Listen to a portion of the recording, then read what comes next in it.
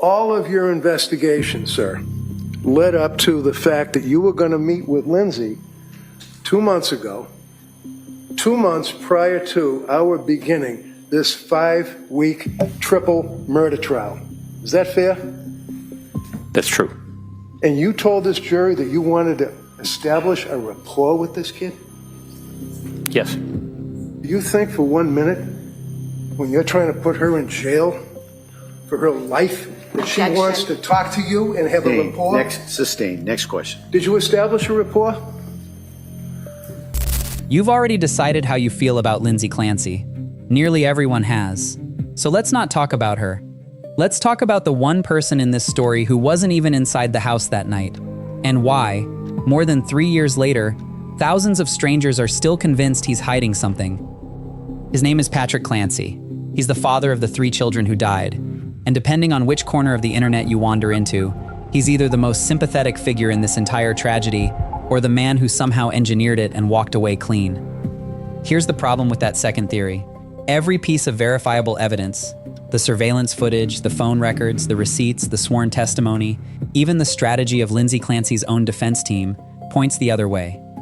And yet the accusations haven't slowed down. As this trial reached its final days, they only got louder. So the question driving this isn't, did Patrick Clancy do it? The evidence already answered that. The real question is stranger, and honestly more unsettling. Why can't people accept the answer?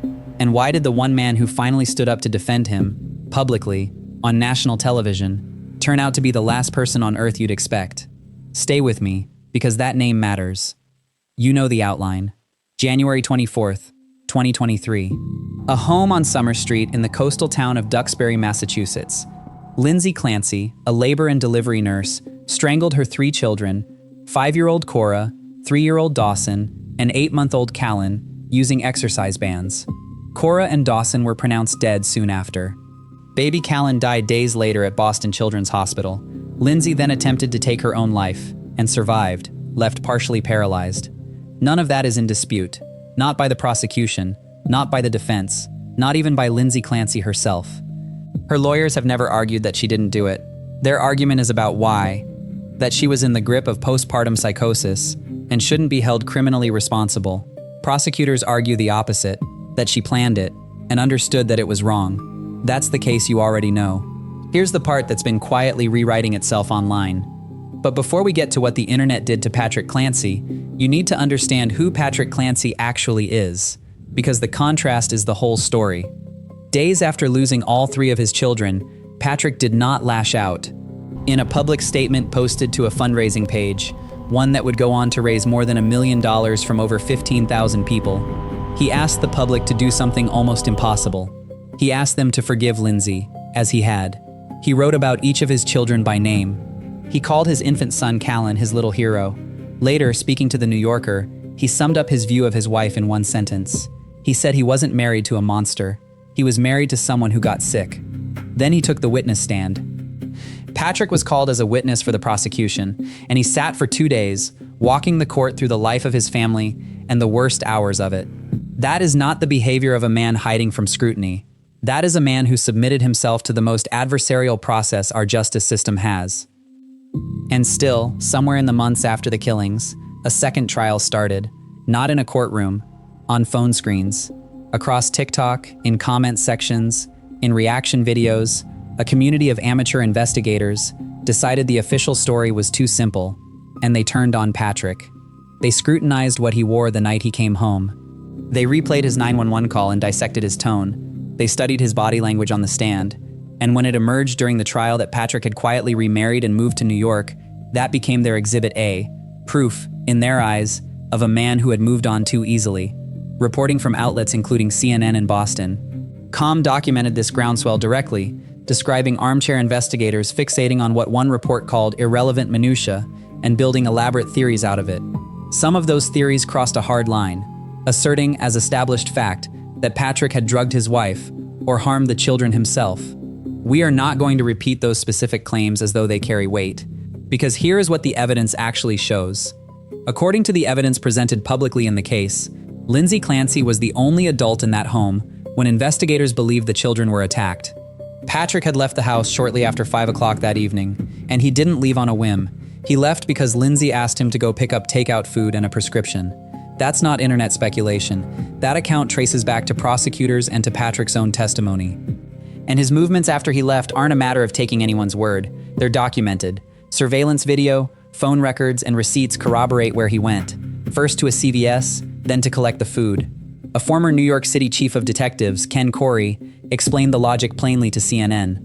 Investigators, he said, treat everyone close to a victim as a suspect until the evidence removes them. In Patrick's case, the evidence removed him. Consider what Patrick actually walked into. He returned home that evening to find the house wrong, and he was the one who called 911. He found his children unresponsive. Whatever else the internet wants to project onto him, the documented reality is that Patrick Clancy came home to the aftermath and then had to live inside it on a public stage for the next 3 years. Then, there's the detail that should end the argument on its own. Lindsay Clancy's defense attorneys never pointed the finger at Patrick. Sit with what that means. A defense team's entire job is to manufacture reasonable doubt. If there had been any opening, any sliver of a chance to suggest someone else was responsible, they would have seized it. As Corey put it to CNN, if they could have shifted the blame onto him, they certainly would have. They didn't, because the facts didn't allow it. Which brings us, finally, to the man I promised you at the start. As the online blame intensified, someone stepped forward to defend Patrick Clancy in public. It wasn't a lawyer, it wasn't a family spokesman, it wasn't a friend, it was Rusty Yates. If that name lands with a weight you can't quite place, here's why.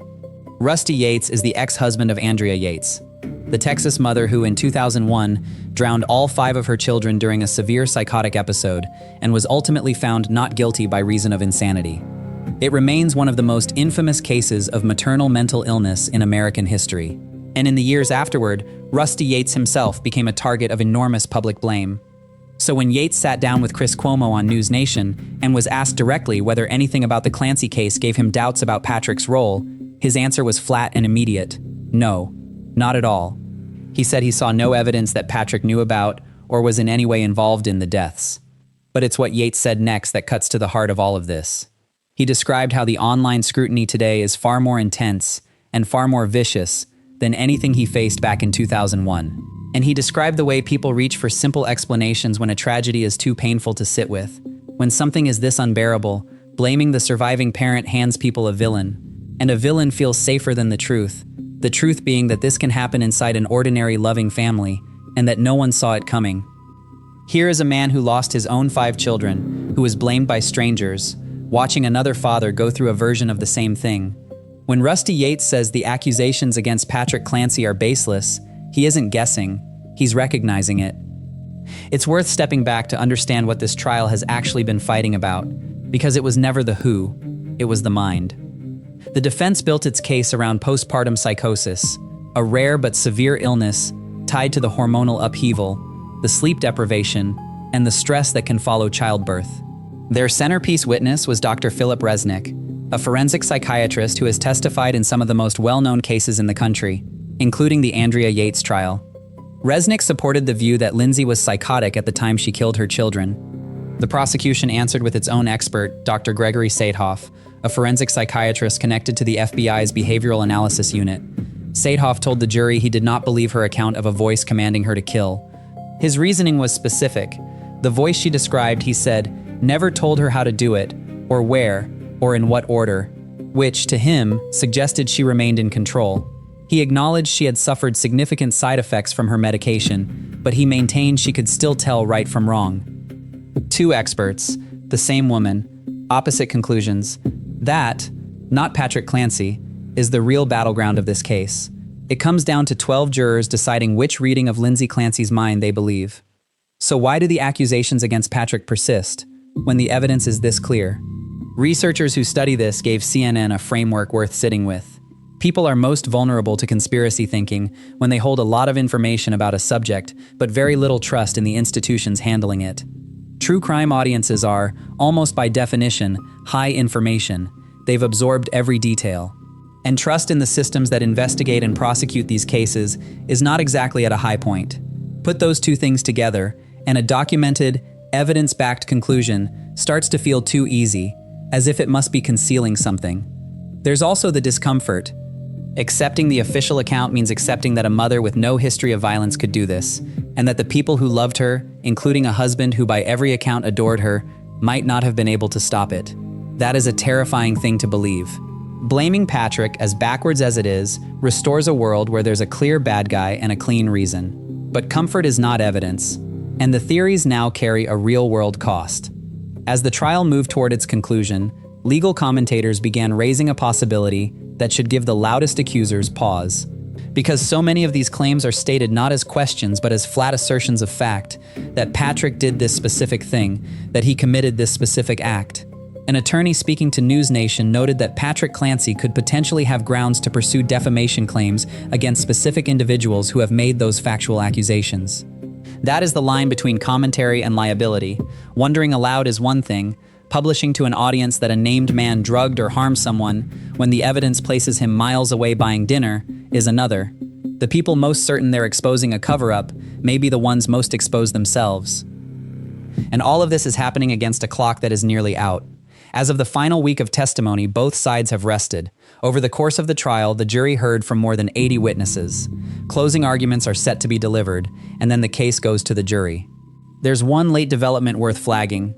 The judge has signaled that jurors may not be limited to choosing between first-degree murder and a finding that she was not criminally responsible. They may also be allowed to consider manslaughter, a lesser charge that sits in the middle, and one option that could reshape the entire outcome. The final stretch of the trial was contentious enough on its own, without any help from online theories. At one point, the defense moved for a mistrial after a prosecution witness raised Lindsay's Catholic faith and the idea of suicide as a mortal sin, a reference the judge had already ordered stricken once before. The judge denied the mistrial but admonished the prosecution. It was a reminder of how charged and how carefully policed the real courtroom fight has been, a world away from the free-for-all playing out online. But notice what is not on that verdict form: Patrick Clancy's name. He is not a defendant. He was never charged. There is no version of this trial's ending in which a jury concludes that he did anything at all, because the case the internet spent 3 years assembling was never a case to begin with. Maybe the hardest truth in the Lindsay Clancy story is that it refuses to hand us the villain we want. A sick mother, 3 children who never got to grow up, a father who wasn't home, who forgave the unforgivable, and who is now being punished by strangers simply for surviving. It's messy, and it's devastating, and it resists the clean narrative that true crime so often promises. If you want to keep following where this case actually goes, the verdict, the fallout, and the questions that will outlast it, please subscribe to this channel so the next update finds you. One closing note, and it matters. This case sits on top of a real and under-discussed illness: postpartum psychosis. It is rare, it is a medical emergency, and it is treatable when it is caught in time. If you, or someone you love, is struggling after childbirth, or having any thoughts of self-harm, please reach out. In the United States, you can call or text 988 any time of day or night to reach the Suicide and Crisis Lifeline. And nothing in this video is a legal conclusion about anyone's guilt or innocence beyond what has been established in court. It is an attempt to separate what we actually know from what we've been told to believe, and to keep the 3 people at the center of this from being forgotten.